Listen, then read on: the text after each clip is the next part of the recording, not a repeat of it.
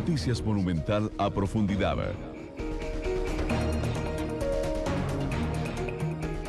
11 de la mañana con 41 minutos. Muchas gracias por acompañarnos en esta segunda emisión de Noticias Monumental.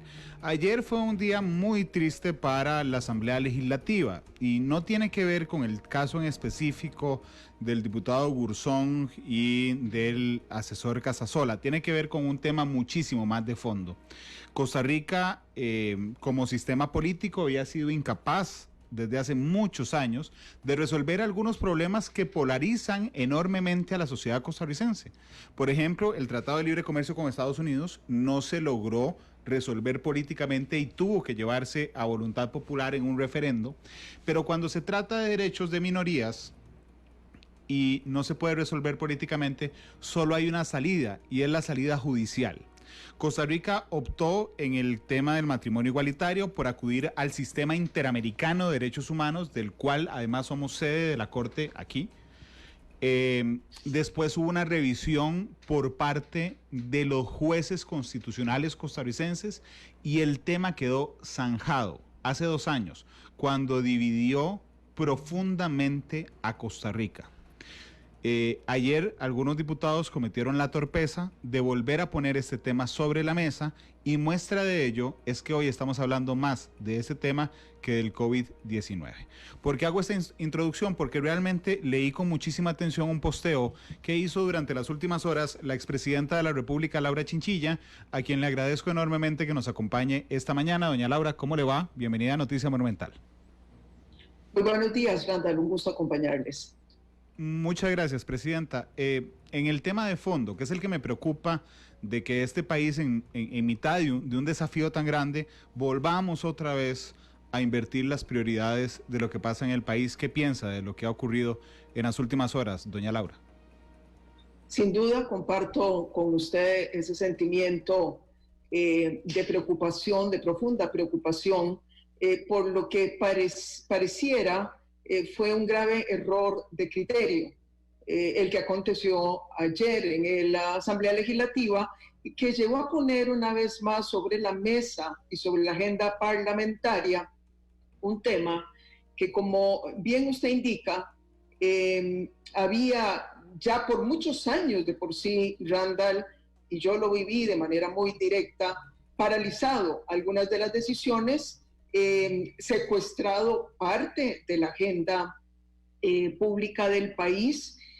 Recordemos que además la Asamblea Legislativa es una Asamblea Legislativa con reglas que, a pesar de que han sido modificadas para bien, sigue siendo una asamblea que se presta en su procedimiento a que minorías que no estén de acuerdo con un tema puedan secuestrar la agenda legislativa y la agenda nacional. Entonces, después de que ya se había resuelto por una vía de una corte internacional, pero además, Randall, que habíamos ido a una elección nacional que tiene todavía más peso que el referéndum que en su momento tuvo para resolver el TLC, fuimos a una elección nacional en donde el tema fue este tema y ganó una tesis determinada. Pareciera que no es ni prudente, ni por las circunstancias, pero tampoco porque ya la gente se pronunció, volver a revivir en el seno legislativo una discusión como esta. Todo lo que desencadenó ayer esta decisión, me parece que lo estamos lamentando hoy y no podemos darnos el lujo de seguir prolongando una situación similar.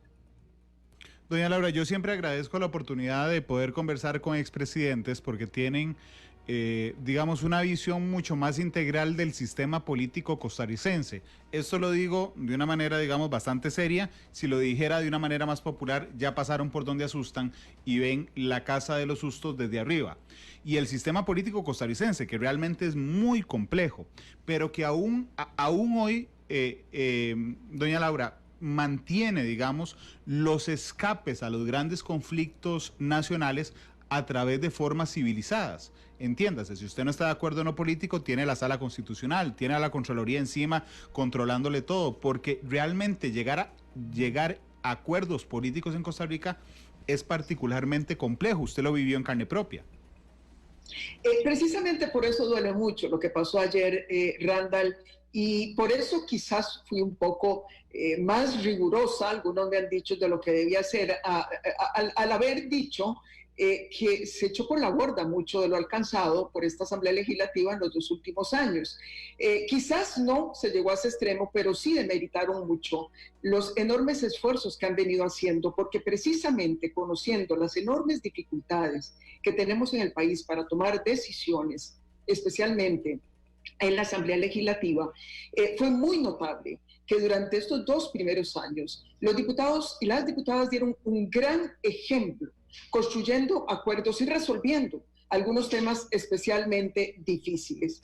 Resulta que nos viene una de las peores crisis que la humanidad recuerde, Costa Rica incluida, y vamos a requerir ahora mucha mayor sensatez, mucha mayor madurez, mucho más diálogo y consenso para poder sacar con una gran rapidez muchas de las medidas o aprobar muchos de los proyectos que respalden las medidas que el gobierno requiere para hacerle frente a esta crisis. Y por eso es que me dolió especialmente lo que ayer pasó. Esperamos que el día de hoy, que no se sesiona, se interponga para que los diputados reflexionen, bajen un poco la tensión y puedan regresar mañana a aprobar un par de empréstitos, particularmente uno que tiene una fecha fatal del organismo que está de alguna manera ofreciéndonos ese préstamo y podamos tener ese préstamo aprobado hacia finales de esta semana.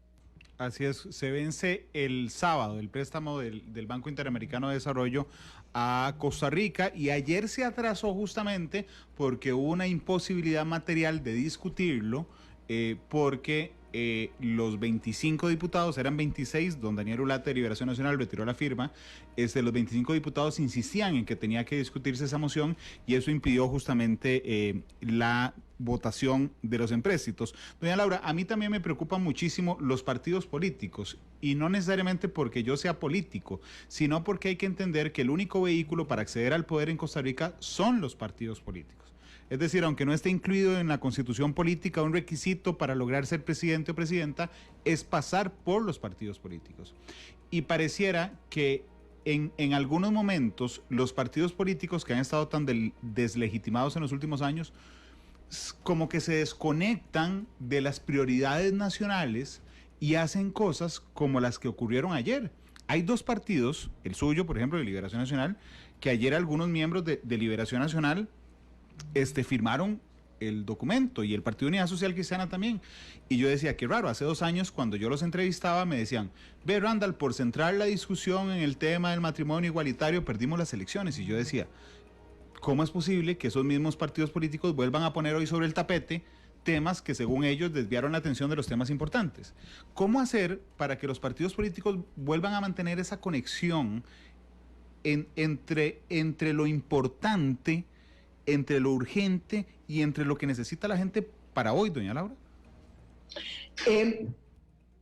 A mí me parece que lo que ayer aconteció es algo que permite poner barbas en remojo, retomar el impulso reformador que le hemos visto a esta Asamblea Legislativa y nos lleve de una vez más a aprender de esta lección. Lo digo porque afortunadamente, Randall, esa no ha sido la regla hasta el día de hoy y esperamos que no lo sea hacia adelante precisamente por las complejas circunstancias que a esta Asamblea Legislativa le está tocando vivir. Si vemos hacia atrás, hemos visto un Partido de Liberación Nacional sin el cual, Randall, difícilmente se podría hoy estar hablando con un poco más de espacio sobre los temas fiscales, aun cuando la crisis nos agarró con la tarea sin haberla completado, precisamente porque en gobiernos anteriores la oposición no jugó el papel tan positivo, tan constructivo y maduro que hoy está jugando Liberación Nacional. Ayer fueron 3 diputados de 18, pero ciertamente bastaron esos 3 diputados, más los otros que firmaron de otros partidos, para que el escenario ayer se volcara totalmente y predominara la violencia, la insensatez, la agresión y los ciudadanos sintieran que pasaron las prioridades en atención a la pandemia a ser prioridades secundarias. Doña Laura, usted sufrió como presidenta tal vez, digamos, un revés muy duro políticamente por parte de la Sala Constitucional, que fue cuando trajo abajo en la práctica el plan fiscal. Y aún así yo tengo que reconocerle que no recuerdo ni suyo ni de ningún miembro de su gobierno cualquier atisbo en incumplir o en buscar, digamos, una salida de buscarle la comba al palo, por decirlo de alguna forma, para sobrepasar el voto a la Sala Constitucional. Yo recuerdo que usted salió en una conferencia de prensa ese día y dijo, hey, esta es la decisión de la Sala, los jueces se respetan. Pareciera que ese criterio hoy no está tan posicionado lamentablemente en Costa Rica, doña Laura. Mire, Randall, lo curioso es que cuando analizamos otros fallos de la Sala Constitucional, en los que les ha pedido a los diputados de manera expresa legislar en relación con algún tema, no siempre se han acatado y se deben acumular muchísimos fallos que no se cumplieron por parte de la Asamblea Legislativa en el pasado. De pronto, pues se activa esta iniciativa de querer pedir una posposición de la entrada en vigencia de esa decisión para legislar.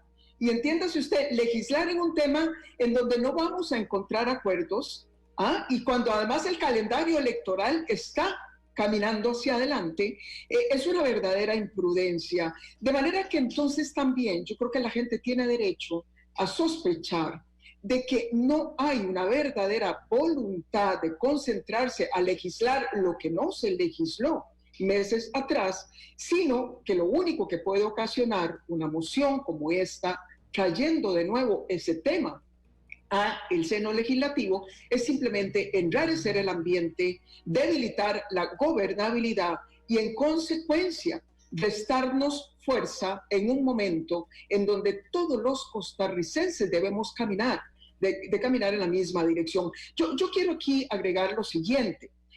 No quiero decir con esto que parte de lo que ayer aconteció como requerimientos de información de parte de los diputados no sean necesarios. Yo sí creo que también el gobierno debe gestionar con más rapidez muchas de las demandas de información. Es un momento en donde la transparencia por parte de las autoridades del gobierno debe estar sobre la mesa todos los días para que los diputados no duden de que los recursos que se van a aprobar van a ser debidamente utilizados. Doña Laura, finalmente, y quisiera aprovechar la coyuntura que está viviendo el país, porque tenemos como dos realidades, una situación complejísima sanitaria en la que hemos respondido muy bien y una situación complejísima económica en donde hay criterios divididos de cómo hemos respondido. ¿Cuál es su llamado como expresidenta? ¿Cómo ve la reacción del país, ni siquiera del gobierno, a una situación tan compleja, doña Laura? Mire, Randall, aquí me pongo más como analista, si se quiere, y es que, pero también por experiencia propia, sin duda, conozco muy bien el sector público. La gobernanza del sector salud en Costa Rica es una gobernanza muchísimo más simple que la de otros sectores. ¿Por qué lo digo? Porque en lo fundamental pivota sobre dos instituciones, el Ministerio de Salud como ente regulador y la Caja como ente proveedor. Ambos tienen instrumentos muy fuertes a su haber, unas leyes que les ampara para el proceso de toma de decisiones, capital técnico humano muy bueno y muy eficiente, y además tenemos que reconocer que han sido muy eficientes en la vocería y en la dirección. De manera que tenemos decisiones en el sector salud que han sido muy claras, con una ruta también bien trazada, con buenas vocerías y que han generado en consecuencia muy poca discusión de parte de la población. Por otro lado, efectivamente, hemos visto un relativo contraste en materia productiva, económica.